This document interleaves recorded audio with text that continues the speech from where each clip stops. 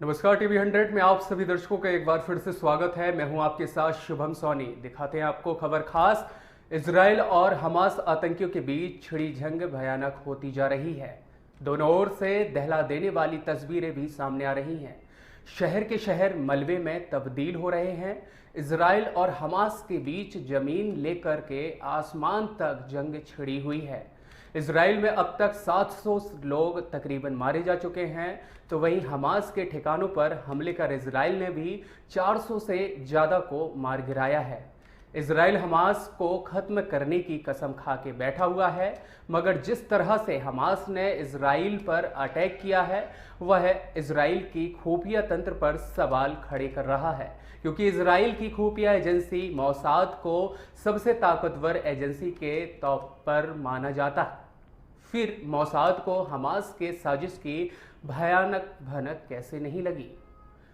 तो इस तरह से युद्ध का आगाज, और जो कि जमीन से लेकर के आसमान तक में हमास और इजराइल का प्यार कहीं ना कहीं देश और विदेशों में एक बड़ी हड़कंप की स्थिति बना हुआ है। और यह पहला हमला नहीं है, कई दशकों पहले से ही इस तरह की जंग लगातार चली आ रही है। और इस जंग के चलते हुए अगर देखा जाए तो जो एक स्थिति निर्मित हो रही है वो वाकई में एक गंभीरतम स्थिति है। शनिवार को शुरुआत हुए इस हमले को लेकर के लोग समझ पाते इससे पहले ही रॉकेटों की बौछार हजारों की तादाद में कर दी गई।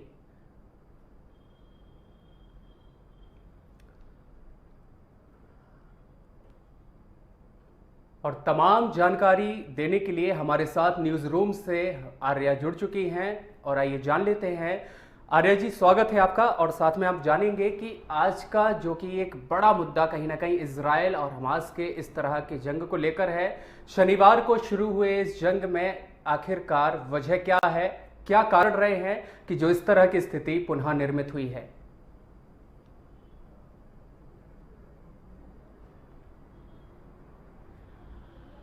ये 1948 से चला आ रहा है, जब इजराइल और फिलिस्तीनी में ये जंग शुरू होती है। 1948 से जब कहते हैं कि इजराइल अस्तित्व में आया था। 1948 में इजराइल का गठन होता है और उसके बाद से एक अधिकार को लेकर दोनों देशों के बीच में ये जंग वॉर देखा गया। 1948 के बाद से कहते हैं प्रथम विश्व युद्ध माना जाता है।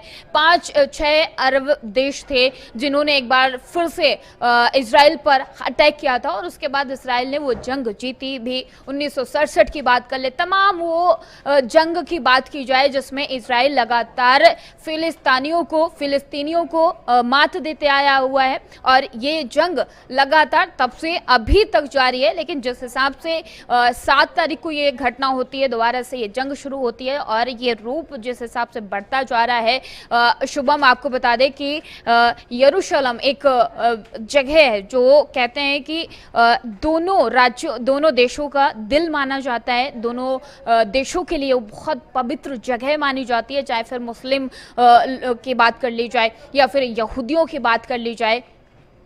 आर्या, जानूंगा मैं कि जो कि ये जमीन से लेकर के जंग तक यह छिड़ी हुई ये आसमानी जंग है, और कहीं ना कहीं इसमें जान और माल की हानि हो रही है। क्या आपको नहीं लगता है कि इस पूरे जो कंडीशन आज निर्मित हुई है, बीते कई वर्षों से इसी तरह की स्थिति बन रही है, लेकिन एक छोटी सी जमीन को लेकर के इतना बड़ा विवाद और इतना बड़ा कहीं ना कहीं एक बड़ा हादसे के रूप में देखा जा रहा है। क्या आपको लगता है कि जो वर्तमान की आज स्थिति है, शनिवार से लगातार एक दूसरे को पलटवार किया जा रहा है, आगे के समय की स्थिति क्या निर्मित होंगी? बिल्कुल शुभम, अगर इतिहास में एक नज़र डाली जाए तो ये सिर्फ एक ज़मीन के लिए ही इतनी बड़ी जंग नहीं हो रही है। कहा जाता है कि फिलिस्तीनियों को हमेशा से 1948 के बाद से उन्हें अपनी आज़ादी चाहिए थी, और वो आज़ादी को लेकर लगातार दोनों देशों के बीच में लगातार वॉर होते आए हैं।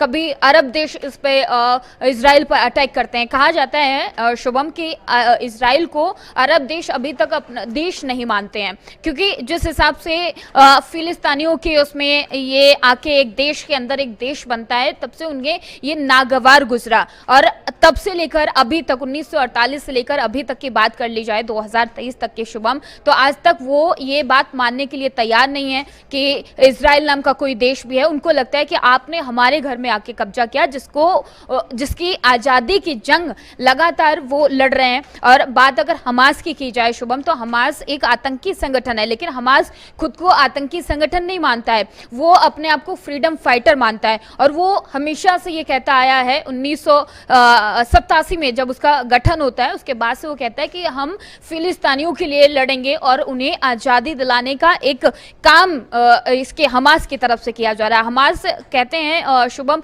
कि सुन्नी मुसलमान होते हैं, उनका एक संगठन है और ये संगठन का नाम दिया गया हमास। और हमास को जो अदर देश हैं वो इसे कहते हैं कि आतंकी संगठन है, लेकिन हमास अपने आप को एक फ्रीडम फाइटर के रूप में देखता है। और यही वजह है कि हमास ने जिस हिसाब से इजराइल पर अटैक किया वो बहुत बड़ी बात है, क्योंकि इजराइल के पास जो एजेंसी है, खुफिया एजेंसी है मसूदा, वो इस बार फेल होती हुई नजर आई शुभम। 1973 में बात की जाए तो 1973 में भी कुछ ऐसा ही देखने को मिला था, जब इनकी जो एजेंसी है, जो खुफिया एजेंसी है, वो उसका फेल्यूर साबित हुआ था। और सेम सिचुएशन कुछ इस बार भी देखने को मिली। लेकिन ये जो दायरा है, जंग का दायरा है शुभम, वो बढ़ता जा रहा है। और इस पर अधिक बात करने के लिए हमारे साथ हमारे सहयोगी अब्बास न्यूज रूम से हमारे साथ जुड़े हुए हैं। अब्बास, कहते हैं कि 1973 में मसौदा का फेल होना और सेम स्थिति जो तस्वीर है वो इस बार भी देखने को मिली, तो एक बहुत बड़ा फेल्यूर माना जाता है एजेंसीज के लिए। देखिए आर्या, सबसे पहले तो मैं आपको बताना चाहूँगा कि जो इंटेलिजेंस है, जो यहाँ पर इंटेलिजेंस का फेलियर, जिस फेलियर की हम लोग बात कर रहे हैं, जिस एजेंसी के फेलियर की बात कर रहे हैं, वो कोई ऐसी छोटी मोटी एजेंसी नहीं है। वो इस वक्त दुनिया की सबसे ज़्यादा पावरफुल एजेंसियों में से एक एजेंसी है। और जैसा भी आपने बताया कि इतिहास में ये दूसरी बार ऐसा हुआ है कि जब ये जांच एजेंसी या ये खुफिया एजेंसी फेल हुई है। इस खुफिया एजेंसी का फेलियर, अब जाहिर सी बात है कि किसी मुल्क के ऊपर, किसी देश के ऊपर अगर हमला हो रहा है और उसके पास इतना पावरफुल खुफिया विभाग है और वो अगर फेल हो जाता है, तो इस बात का हम बिल्कुल इस बात से इनकार नहीं कर सकते कि जो दूसरी तरफ से, जो दूसरा पक्ष है, उसकी तैयारी किस लेवल की तैयारी रही होगी। और देखिए उसी के जो परिणाम हैं वो हमारे सामने हैं पिछले 3-4 दिनों से जो कुछ भी हो रहा है। आर्या, बिल्कुल अब्बास, लेकिन जिस हिसाब से 1948 में इजराइल का गठन होता है, अस्तित्व में आता है, और कहीं ना कहीं फिलिस्तीनियों को नागवार गुजरा। जिस हिसाब से इधर यहूदियों ने बोला कि उनके जो पूर्वज रहे अब्राहम, उनको एक ईश्वर की तरफ से आशीर्वाद दिया गया था, मसौदा हुआ था उनके तरफ से कि आप यहाँ पे आके बसेंगे। फिर उनके पोते होते हैं इजराइल, और इजराइल के जो 12 बेटे, उसके बाद ये लगातार एक देश बना। लेकिन उस टाइम की जंग, उस टाइम का वॉर, आज कुछ वैसे ही तस्वीरें नजर आ रही हैं। कहा जाता है कि 1967 में बात की जाए, 1967 में 6 अरब देश हमला करते हैं ईरान पर, लेकिन उसके बाद क्या होता है इजराइल पर, उसके बाद क्या होता है कि इजराइल ही जीतता है। और तो इस बार की अगर तस्वीर देखी जाए कि क्या कुछ हो सकता है, क्या इजराइल एक बार फिर से इस जंग में जीतेगा या फिर तस्वीरें कुछ और होंगी? देखिए, इजराइल का जो फिलिस्तीन के ऊपर ये जो कुछ भी ये पूरा विवाद चल रहा है, इसकी एक थ्योरी ये भी है आर्या कि 1948 में, यानी कि दूसरे विश्व युद्ध के बाद, तो उस वक्त की जो भी स्थिति बनी थी, तो उसके बाद जो है वो जो इजराइल के लोग थे तो वो एक शरणार्थी के तौर पर फिलिस्तीन में गए थे। और जिसके बाद देखिए फिलिस्तीनियों का अगर हम बात करें तो फिलिस्तीनियों की सिर्फ एक बात है, वो ये कहते हैं कि हमें आज़ादी चाहिए, यानी कि कहीं ना कहीं वो आज़ादी की मांग कर रहे हैं। आज़ादी की मांग का मतलब क्या है? आज़ादी का मतलब क्या है? आज़ादी का सीधा सीधा मतलब ये होता है कि भाई देखिए हमारा मुल्क है, हमारी कंट्री है, हमारा देश है, उसके अंदर कोई बाहर से कोई आए, वो रहने लगे, और रहने लगने के बाद वो ये कहे कि भाई ये मुल्क हमारा है या इसमें से हमें हिस्सा चाहिए। देखिए जैसा हमने पहले भी कहा, आपने भी इस चीज़ को बताया कि जंग जो है, ये पूरी जो चीज़ बन रही है, जो भी स्थिति इस वक्त पूरी दुनिया देख रही है, तो इसका जो सबसे मुख्य कारण है वो है ज़मीन पर कब्ज़ा। जिस ज़मीन की हम लोग बात कर रहे हैं उस पर कब्ज़े का सारा जो पूरी वजह जो है इस पूरे विवाद की वो उस ज़मीन की वजह है कि उस पर कब्ज़ा इजराइल भी चाहता है उस, और जाहिर सी बात है फिलिस्तीनियों का कहना है कि भाई ये तो है ही हमारे मुल्क में, हमारी है, तो इसमें इनका आना, ये इनका जो कब्ज़ा है या ये जो भी कह रहा है इजराइल, वो उनकी बात गलत है। अब देखिए आखिर में बात यही है आर्या के जो कुछ भी स्थिति इस वक्त हम देख रहे हैं, पूरी दुनिया देख रही है कि इन दोनों मुल्कों के बीच में जो कुछ भी हो रहा है, देखिए बात आखिर में यही है कि हम अगर परिणाम की बात करते हैं आर्या, तो देखिए चाहे हम इजराइल की बात करें, चाहे हम फिलिस्तीन की बात करें, देखिए जब इतनी बड़ी घटना कोई घटित होती है, इतने बड़े तरीके से जो हम स्थिति देख रहे हैं कि लगातार इधर से भी हमले हो रहे हैं, लगातार उधर से भी हमले हो रहे हैं, तो देखिए इसके बाद आखिर में परिणाम क्या होता है। हम परिणाम की अगर बात करें तो परिणाम कोई नहीं भुगत रहा है, परिणाम दोनों देशों में रहने वाली आम जनता, यानी कि जो नुकसान जो हो रहा है वो सिर्फ मानवता का नुकसान हो रहा है, इसके अलावा कोई नुकसान नहीं हो रहा, क्योंकि लगातार फिलिस्तीन की तरफ से भी हमले किए जा रहे हैं, लगातार इजराइल की तरफ से भी हमले किए जा रहे हैं। तो बहुत सोचने की ये बात है कि जो कुछ भी हो रहा है, और देखिए जिस तरीके से चीज़ें आगे बढ़ रही हैं पिछले 3-4 दिन में, अभी थोड़ी देर पहले अमेरिका ने भी इसमें बिल्कुल अपना स्टैंड क्लियर कर दिया कि उन्होंने समर्थन दे दिया इजराइल को। तो देखिए अगर हम थोड़ा सा इस पर गौर करें तो जो चीज़ें चल रही हैं अभी वर्तमान स्थिति ये है कि कहीं से भी ये चीज़ नज़र नहीं आ रही है कि ये चीज़ें थमने वाली हैं, क्योंकि इस चीज़ को और हवा मिलती जा रही है और जो परिणाम हैं वो भयावह हैं और वो मानवता के लिए बहुत चिंता की बात है। आर्या बिल्कुल बिल्कुल अब्बास, जिस हिसाब से ये तस्वीरें आ रही, क्रूरता की तस्वीरें आ रही है, लोगों को मारा जा रहा है, सरेआम कत्लेआम हो रहा है, लेकिन एक जंग जिस हिसाब से लड़नी चाहिए, क्योंकि आज़ादी के लिए जंग तो भारत ने भी लड़ी, लेकिन यही क्रूरता की तस्वीरें शायद नहीं देखने को मिली जो तस्वीरें आज अब्बास हम और आप पूरी और दुनिया देख रही है। क्योंकि जिस हिसाब से फिलिस्तीनियों की तरफ से कहा जाता है कि वो आज़ादी है जंग, वो ये जंग सिर्फ आज़ादी के लिए है, और हमास भी लगातार यही बात कहते आया है कि वो फ्रीडम फाइटर है, और यही वजह है कि फ्रीडम फाइटर के तौर पर जहां उसे और देश आतंकी संगठन मानते हैं, तो वो कहता है कि हम फ्रीडम फाइटर हैं और एक तरह से फिलिस्तीनियों के लिए लड़ रहे हैं। लेकिन सवाल फिर से वही आता है अब्बास की जो तस्वीरें आ रही हैं और जिसका समर्थन भारत भी कर रहा है और ब्रिटेन भी कर रहा है, अमेरिका भी कर रहा है, इस पे ये नहीं लगता है कि इंटरनेशनल मुद्दे को उठा के बैठ के इस पे बातचीत करनी चाहिए, जैसे चीन की तरफ से कहा गया है कि इस वॉर को जल्द से जल्द ख़त्म करना चाहिए, समर्थन देने की बजाय इसे ख़त्म करने के लिए आगे कदम बढ़ाना चाहिए। जी बिल्कुल, देखिए आर्या, सबसे पहली बात तो मैं यहाँ पर एक चीज़ ऐड करना चाहूँगा कि देखिए जब जंग की बात होती है या युद्ध की बात होती है तो एक बात कही जाती है कि देखिए जंग के भी अपने कुछ उसूल होते हैं, है ना, चाहे जंग किसी के बीच भी हो। और ऐसा नहीं है कि वॉर पहले भी देखे गए हैं, इतिहास ने बहुत कुछ देखा है, मगर देखिए जंग के भी कुछ उसूल होते हैं और जिन उसूलों को पूरी तरीके से जो है वो ताक में रख दिया गया है, चाहे हम वो इजराइल की बात करें तो, और जैसे भी स्थिति आज के समय में बन रही है। अब यहाँ पर एक बात होती है कि देखिए अब विवाद हम अगर देखें तो ये खाली ऐसा नहीं है कि पिछले 3-4 दिन में जो कुछ हुआ है खाली तस्वीर वही नहीं है, इसके पीछे भी बहुत बड़ी चीज़ें हैं। और ऐसा नहीं है कि ये विवाद आज से चला आ रहा है, ये बहुत पुराना विवाद है। और देखिए वही जो बात आपने कही कि इसका अंत या इसका जो निष्कर्ष है वो क्या होना चाहिए। अब देखें हर कोई जो जितना भी हम अभी तक जो चीज़ें हमारे सामने आई हैं, तो यहाँ पर क्या है कि एक बात हो रही है समर्थन समर्थन समर्थन, ये समर्थन की बात हो रही है, मगर जिस तरीके से इस मुद्दे को बैठ के सुलझाना चाहिए या जिस तरीके से इसको ख़त्म करने के प्रयास होने चाहिए थे, वो आर्या ना अभी हो रहे हैं ना आज से पहले कभी हुए हैं उस तरीके से प्रयास। देखिए अंतर्राष्ट्रीय स्तर पर पूरी दुनिया में कोई ऐसा नहीं है कि ये इकलौता ही मुद्दा है, इसके अलावा कभी दुनिया में कोई मुद्दा रहा ही नहीं।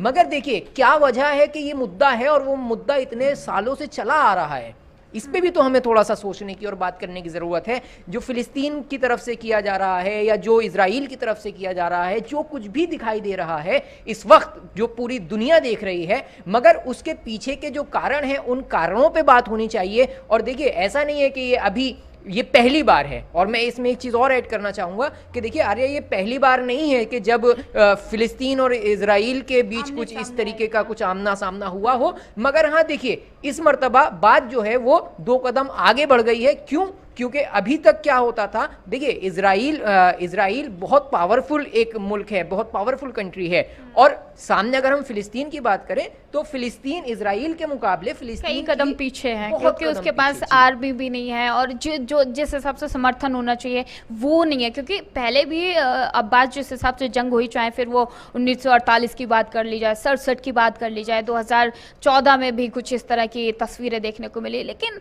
जो जिस हिसाब से इजराइल जीतते आया है फिलिस्तीनियों से, इस बार जो हमास ने जो तैयारी की है, एक कहते हैं कि विस्तार से तैयारी की, पूरा डेट और पूरा एक ऑपरेशन, उसकी कैसे कब पेश करना है, कब एक्शन लेना है, तो ये सारी चीज़ें। और जो इजराइल के पास एक एजेंसी है, कहते हैं कि खुफिया एजेंसी मसौदा, उसको कैसे पता नहीं चला, क्योंकि एक आपके पीठ पीछे इतनी बड़ी साजिश रची जा रही हो या इतनी बड़ी तैयारी आप पर अटैक करने की जा रही हो और आपके खुफिया एजेंसीज को पता ही नहीं चला।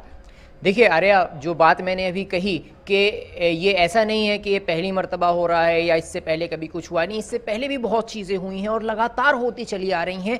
अगर हम पिछले 20-25 साल को उठाकर देखें तो मतलब एक फ़िलिस्तीन के लिए ये एक आम सी बात हो गई है और इजराइल के लिए भी आम सी बात हो गई है। मगर क्या कारण है कि ये मुद्दा इस बार जो बढ़ा तो वो इतना बढ़ गया कि उसने एक जंग का रूप ले लिया और इजराइल की तरफ से बाकायदा उसको वॉर घोषित कर दिया गया। देखिए यहाँ पर 2-3 बातें हैं। सबसे पहली बात तो ये है कि अभी तक जो इजराइल की तरफ से किया जाता था या जो फिलिस्तीन की तरफ से किया जाता था, फिलिस्तीन की तरफ से जो भी चीज़ें होती थीं वो इतना समझ में नहीं आती थी और वो मीडिया तक भी नहीं आती थी। उसका कारण ये है कि फ़िलिस्तीन की जो है वो कंडीशन इजराइल के मुकाबले बहुत ख़राब है, बेहद ख़राब है। मगर देखिए इस बार क्या हुआ कि इस बार फ़िलिस्तीन भी पूरी तैयारी से है। अगर हम देखें जिस एजेंसी, खुफिया एजेंसी की हम लोग बात कर रहे हैं, जो खुफिया एजेंसी इजराइल की खुफिया एजेंसी है, जिस एजेंसी की हम लोग बात कर रहे हैं वो कोई ऐसी छोटी मोटी एजेंसी नहीं है। वो इस वक्त अगर हम बात करें वर्तमान में तो पूरी दुनिया में सबसे ज़्यादा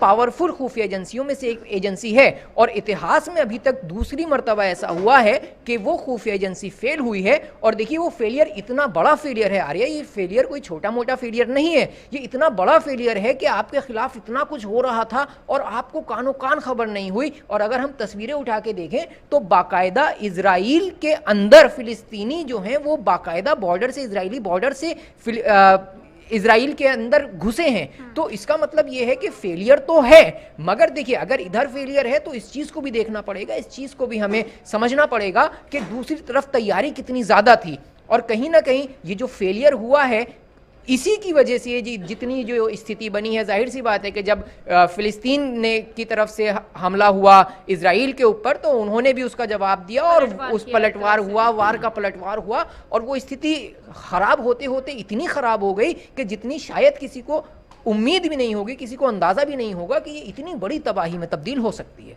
आर्या, बिल्कुल बिल्कुल, अब्बास जिस हिसाब से तस्वीरें बयां कर रही है, एक दर्दनाक तस्वीरें सामने निकल कर आ रही हैं और ये जंग लगातार बढ़ती जा रही है। अदर देशों के समर्थन भी इजराइल को और अदर फिलिस्तीनियों को मिलते जा रहे हैं, लेकिन जो तस्वीरें अब्बास होनी चाहिए, कहते हैं कि एक यरूशलम वो जगह है जो दोनों देशों के लिए पवित्र है, चाहे फिर इजराइल की बात कर ली जाए या फिलिस्तीनी की बात कर ली जाए, क्योंकि वहाँ पर जिस मस्जिद की बात होती है अल असैदा, और इधर कहते हैं कि इनका टेम्पल है, टेम्पल ऑफ माउंट है, तो इन दोनों इसके लिए ही ये लड़ाई नहीं कह सकते, क्योंकि सिर्फ एक आस्था के लिए या फिर मजहब के लिए लड़ाई हो रही है या फिर सच में फिलिस्तीनियों के लिए ये एक आज़ादी की जंग है। यहाँ पे ये भी सवाल खड़ा हो रहा है ना, जिस हिसाब से लगातार कहा जा रहा है कि मजहब के लिए लड़ाई हो रही है, उस जगह के लिए हो रही है जो 34 एकड़ में बनी हुई है। क्या 34 एकड़ के लिए ये भयावह तस्वीर सामने निकल के आ रही है, या फिर अब जो फिलिस्तीनी हैं उन्होंने अपने माइंड में ये बिठा लिया कि नहीं, अब ये आज़ादी जो है वो जो 100 साल पहले नहीं ले पाए, जो 1948 से नहीं ले पाए, वो अब लेकर मानेंगे। ये जिद की लड़ाई है।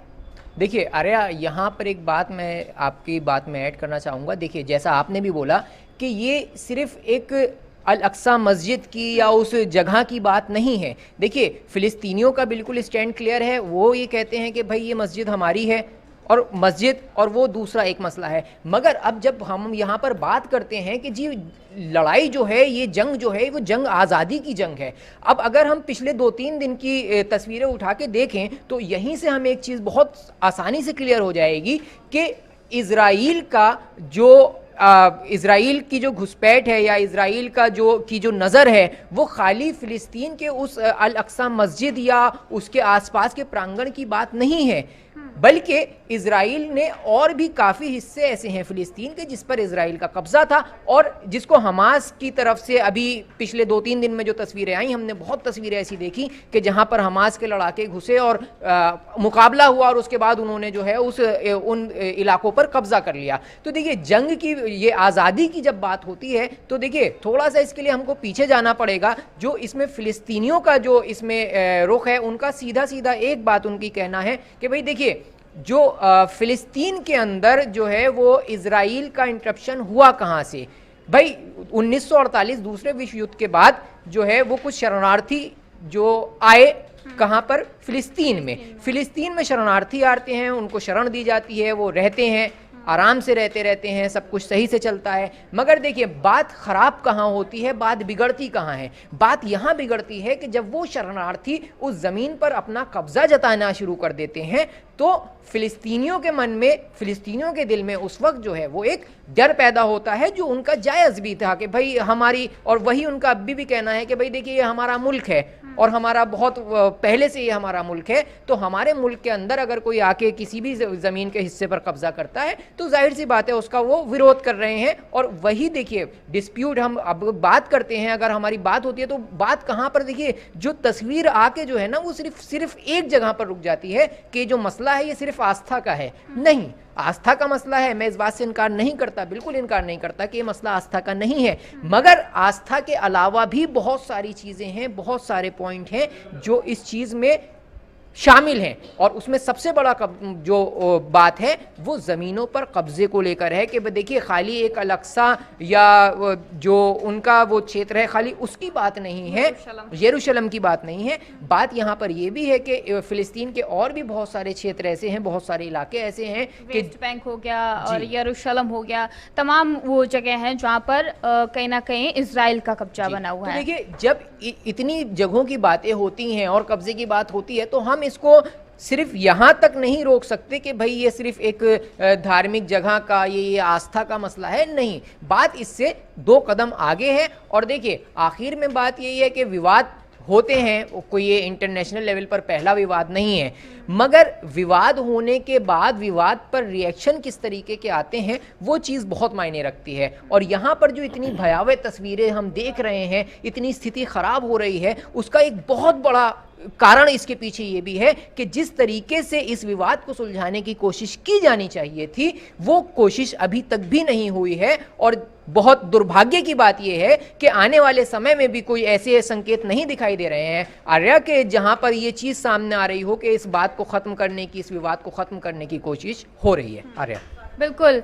तो शुभम, ये जंग 1948 से शुरू होती है, ये बात और विवाद 1948 से शुरू होता है। कहते हैं कि अगर भारत के स्टैंड की बात कर ली जाए शुभम, तो भारत नेहरू की सरकार हो, नेहरू की सरकार के बाद से तमाम सरकारें आई और गई, उनका जो समर्थन रहा है वो फिलिस्तीनियों के लिए रहा है। लेकिन जो कल प्रधानमंत्री नरेंद्र मोदी का एक ट्वीट आता है शुभम, उसमें उनका समर्थन इजराइल की तरफ दिखाई देता है और कहते हैं कि उन्होंने इस जंग को लेकर दुख भी व्यक्त किया है। लेकिन भारत में कई तस्वीरें ऐसी भी निकलकर सामने आ रही हैं, चाहे फिर अलीगढ़ मुस्लिम यूनिवर्सिटी की बात कर ली जाए शुभम, जहां पर कुछ छात्र छात्राओं ने एक रैली निकाली है जहां पर फिलिस्तीनियों के समर्थन किया गया। लेकिन बात कुल मिलाकर की जाए, इजराइल और फिलिस्तीनी की ये जंग ये जारी है। 1948 के बाद से जो तस्वीरें दर बदर दिन और प्रतिदिन बदलती आई हैं वो तस्वीरें अब भयावह रूप ले चुकी हैं और एक तरह से कह सकते हैं कि अब आगे क्या होगा ये फिलहाल देखने वाली बात होगी। शुभम, चलिए, तमाम जानकारी देने के लिए आर्या जी धन्यवाद। और समय भाव के कारण स्थिति आपको भी बता दी गई है, स्पष्टता हो चुकी है कि एक छोटा सा हमास कहीं ना कहीं एक बड़ी जद में आ गया है और एक छोटा सा मामला अब एक बड़ी जंग में तब्दील हो गया है। जमीनी स्तर से लेकर के अब आसमानी लड़ाई शुरू हो चुकी है। दोनों मुल्कों में एक गहमा गहमी का माहौल है। फिलहाल इस बुलेटिन के लिए बस इतना ही। बने रहें टीवी 100 के साथ। आपसे फिर होगी मुलाकात। नमस्कार।